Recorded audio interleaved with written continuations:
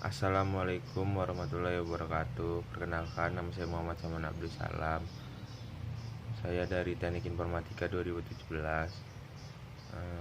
Video ini diisikan tentang untuk ujian tengah semester logika. Saya akan membahas materi tentang proposisi majemuk dan bagian-bagiannya.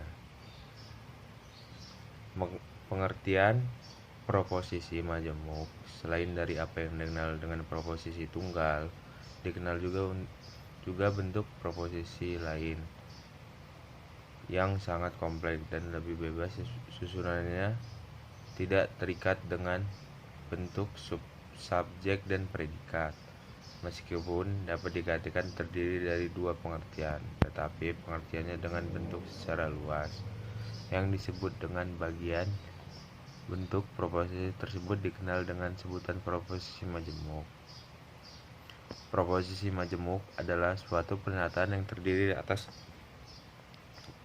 hubungan dua bagian yang dapat dinilai benar atau salah. Proposisi majemuk bentuknya luas dan bebas, tidak terikat adanya bentuk-bentuk tertentu yang berhubungan dengan kuantitas. Yang menentukan adalah adanya hubungan, dan dengan adanya hubungan itu pula yang dapat untuk mengungkap luas pengertian bagian pertama dan bagian kedua. Dua bagian dalam proposisi majemuk disimbolkan dengan P untuk bagian pertama dan Q untuk bagian kedua. Contoh proposisi majemuk. Budi adalah seorang sarjana hukum dan seorang sosiolog. Dirumuskan dengan bentuk P dan Q. Barang siapa mencuri barang diancam dengan hukuman penjara. Dirumuskan dengan bentuk jika P maka Q. Bagian atau bentuk proposisi majemuk. Berdasarkan bentuk hubungan, proposisi majemuk dapat dibedakan antara, yaitu A. Proposisi hipotetik. Proposisi hipotetik adalah suatu pernyataan yang mempunyai hubungan ketergantungan antara dua bagian, yang pertama sebagai anteseden dan kedua sebagai konsekuen. Dalam proposisi hipotetik, bagian pertama sebagai anteseden atau AN disebut dengan premis yang disimbolkan dengan P, sedangkan bagian kedua sebagai konsekuen atau KS disebut dengan kesimpulan yang disimbolkan dengan Q. Hubungan ketergantungan dalam proposisi hipotetik adalah pengungkapan pernyataan terjadinya sesuatu karena adanya sesuatu lain, yang disimbolkan dengan jika P maka Q. Contoh, jika tidak ada acara lain, saya akan ke toko buku. Bentuk perumusan proposisi hipotetik ini dapat juga dilakukan dengan mendahulukan konsekuen atas anteseden. Lebih bebas penggunaannya, karena pentingkan adalah bentuk hubungan dalam dikembalikan dalam rumusan awal. Proposisi hipotetik yang mendahulukan konsekuen hanya khusus dalam pernyataan biasa. Adapun pernyataan simbolik tetap dengan rumusan anteseden dan terlebih dahulu kemudian diikuti dengan konsekuen, tidak dapat dibalik.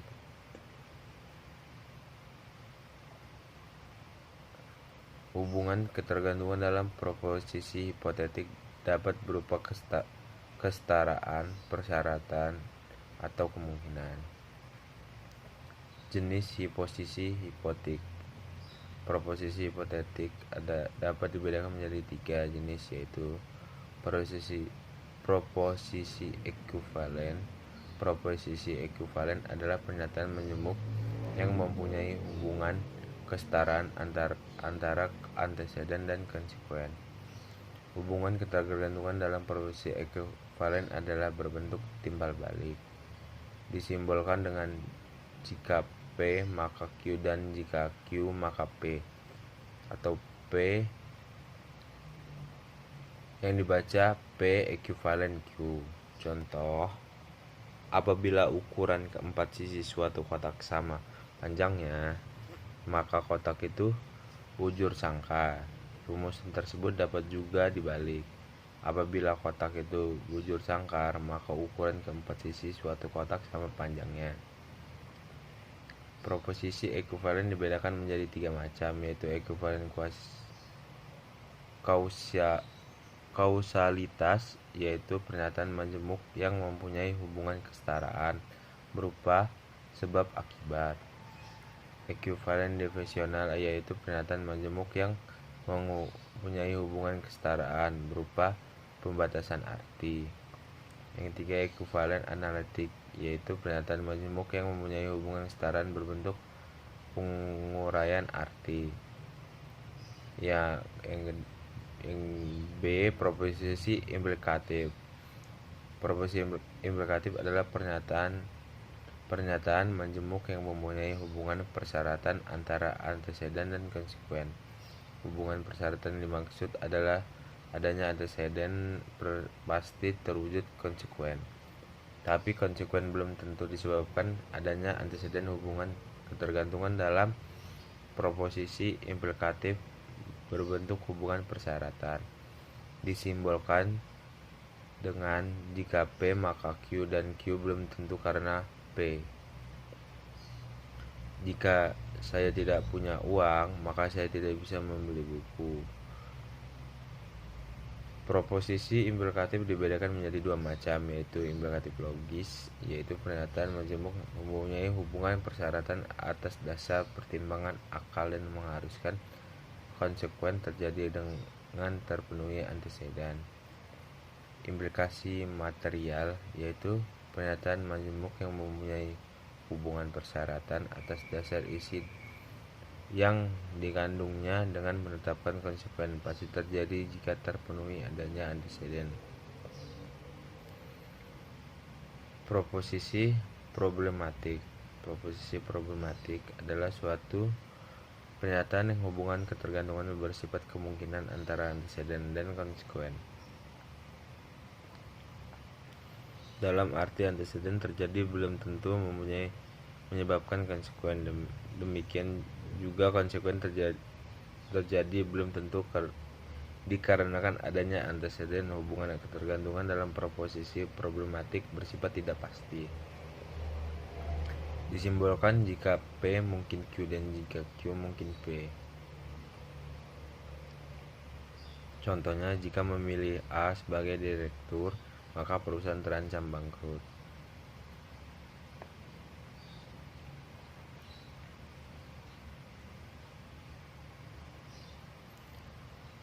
Proposisi disjungtif. Proposisi disjungtif adalah pernyataan majemuk yang mempunyai hubungan peng atau an antara 2 bagian, yang keduanya sebagai pilihan, yaitu bagian pertama dan bagian kedua.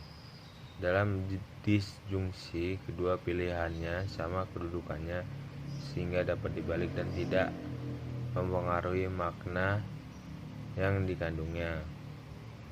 Hubungan peng atau an dalam posisi disjungtif adalah pengungkapan pernyataan atau menentukan pilihan yang tiap bagiannya berkedudukan sama, dirumuskan dengan P atau Q. Contoh, baik murid itu laki-laki atau perempuan harus diperlakukan sama dalam pendidikan. Jenis proposisi disjungtif.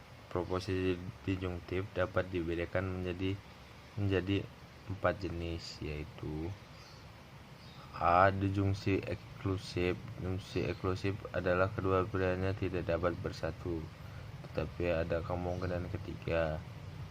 Disjungsi eksklusif merupakan pernyataan majemuk yang mempunyai hubungan peng atau an yang saling menyisakan antara 2 bagian, yaitu antara bagian pertama P1 dan bagian kedua P2 tidak dapat bersatu, tetapi ada kemungkinan ketiga, dalam arti bukan bagian pertama dan bukan bagian ketiga.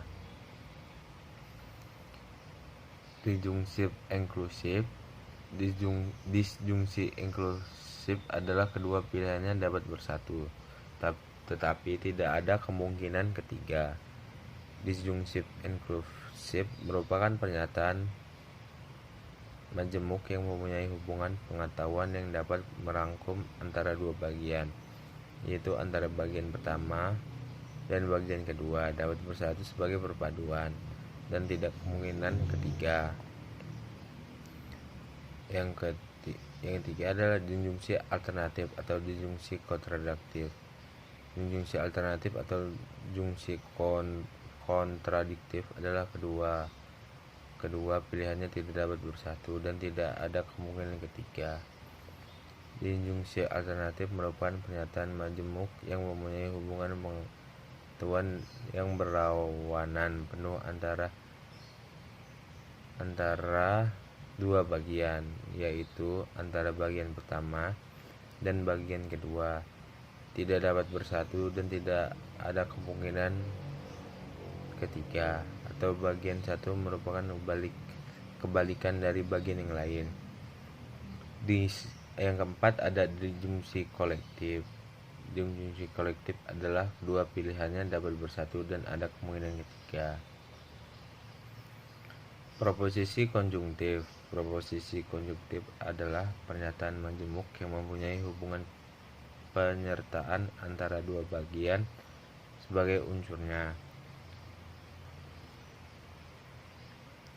Dua bagian dalam konjungsi adalah bagian pertama atau pernyataan pertama dan bagian kedua pernyataan kedua yang kedudukannya sama. Hubungan pernyataan dalam proposisi konjungtif merupakan pengungkapan pernyataan untuk menyebutkan dua unsur dan penyertaannya secara bersamaan dan berkedudukan sama, sehingga keduanya jika ditukar tidak akan mengubah makna yang dikandungnya. Proposisi konjungtif diungkapkan dengan P dan Q dan disimbolkan P V ke atas Q. Contoh, Budi adalah pendiri perusahaan maju mundur dan direktur pertama perusahaan. Jenis proposisi konjungtif. Proposisi konjungtif dapat dibedakan menjadi dua jenis, yaitu konjungtif disjungtif. Yang pertama ada konjungsi disjungtif. Konjungsi disjungtif adalah pernyataan majemuk yang mempunyai hubungan pernyataan antara dua bagian dan keduanya dapat dikembalikan dalam bentuk pengetahuan. Hubungan pernyataan dalam konjungsi disjungtif adalah penyebutan dua unsur atau pernyataan berpangkal pada suatu himpunan semestanya menuju himpunan bagian yang merupakan unsurnya. Konjungsi disjungsi dibedakan menjadi tiga macam, yaitu konjungsi eksklusif yang merupakan pernyataan dapat hubungan penyertaan yang kedua bagiannya tidak dapat bersatu tetapi ada kemungkinan ketiga. Konjungsi inklusif yang merupakan pernyataan dengan hubungan penyertaan dan kedua bagiannya dapat bersatu tetapi tidak ada kemungkinan ketiga. Konjungsi alternatif yang merupakan pernyataan dengan hubungan penyertaan yang kedua bagiannya tidak dapat bersatu dan tidak ada kemungkinan ketiga. Yang konjungsi predikatif. Konjungsi predikatif adalah pernyataan majemuk yang mempunyai hubungan penyertaan berbentuk penyatuan antara dua bagian dalam arti bagian pertama dan bagian kedua merupakan suatu sebutan. Dua bagian sebagai unsur atau penyertaan ini harus ada kedua-duanya. Konjungsi predikatif tersebut biasa hanya disebut dengan konjungsi, sedangkan bentuk konjungsi disjungtif pada dasarnya dapat dikembalikan dalam bentuk disjungsi. Demikian, jika dinyatakan disjungsi maka dimaksud adalah Junjungsi inklusif, bukan junjungsi yang lain. Itu dari materi proposisi majemuk beserta bagian-bagiannya yang dari sumber lain, dan saya akan membacakan dari sumber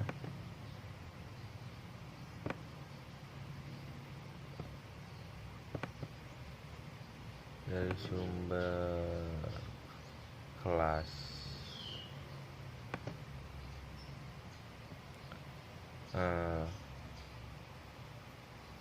Proposisi majemuk.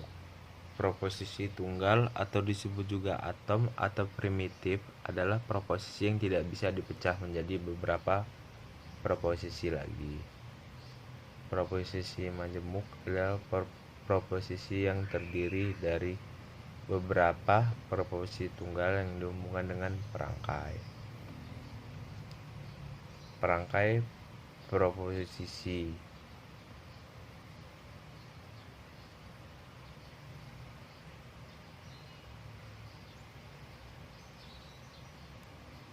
Yaitu ada negasi, konjungsi, disjungsi, implikasi, biimplikasi, eksklusi, or, not, and not or.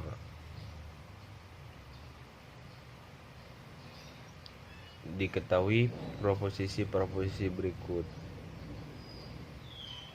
Kalimatnya adalah P. Hari ini hujan. Q-nya murid-murid diliburkan dari sekolah. Yang untuk penggabungannya hari ini hujan dan murid-murid diliburkan dari sekolah. Konjungsinya hari ini hujan atau murid-murid diliburkan dari sekolah. Tidak benar hari ini hujan atau hari ini tidak hujan. Ini diketahui proposisi berikut.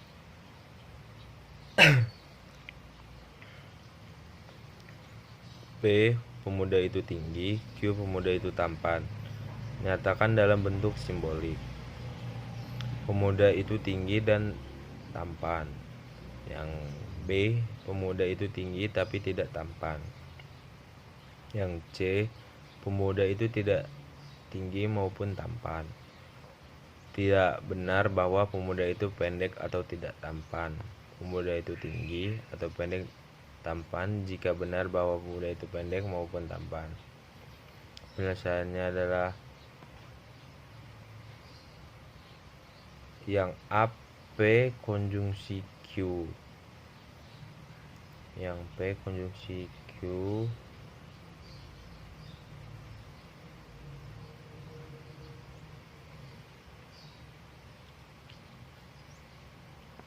tabel kebenaran truth adalah salah satu perangkat yang dapat digunakan untuk menentukan nilai kebenaran proposisi majemuk. Jumlah baris tabel kebenaran tergantung dari banyaknya proposisi tunggal yang terdapat pada proposisi majemuk. Tabel kebenaran mempunyai 2n atau 2n buah baris atau interpretasi. 2 pangkat buah baris atau interpretasi. Jika P dan Q 2 pangkat 2 sama dengan 4 interpretasi.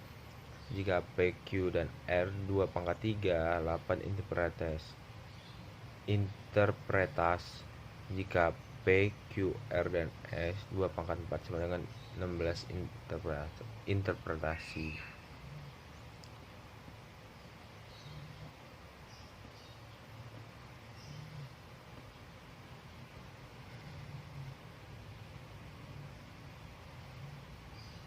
Konjungsi pada TKN hanya ada satu nilai true jika pasangan tersebut keduanya bernilai true. Contohnya adalah P-nya 17 adalah bilangan prima.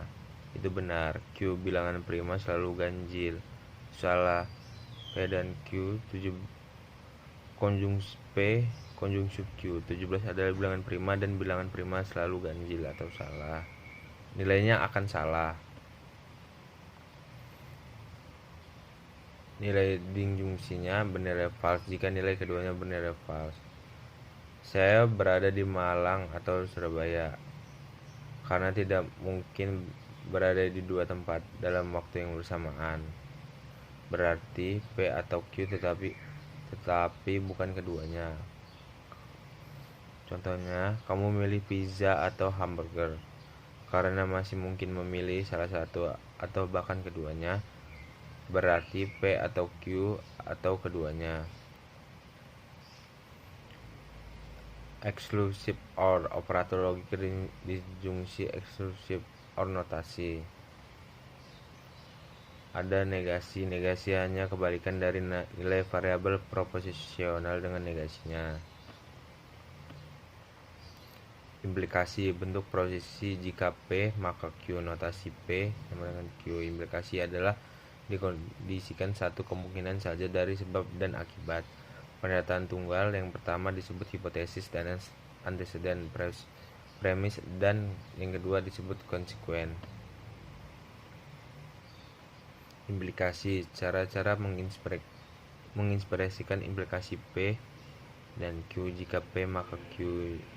Jika hari hujan maka tanaman akan tumbuh subur. Jika tekanan gas diperbesar mobil melaju kencang. P mengakibatkan Q.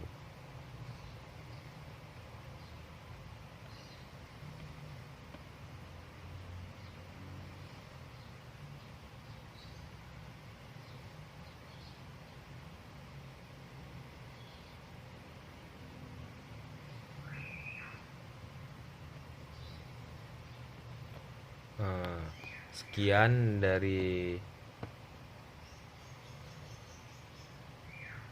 ada satu lagi, ekuivalensi. Nilai ekuivalensi mempunyai nilai T jika pasangan A dan B bernilai sama, baik true maupun false. Jika pasangan berbeda, nilainya pasti false. Perangkat ekuivalensi disebut bikondisional karena ia mengkondisikan dua eksperimen logika. Sekian dari saya untuk penjelasannya. Jika ada salah-salah kata atau ada salah pengertian, mohon dimaafkan. Sekian dari saya. Wassalamualaikum warahmatullahi wabarakatuh.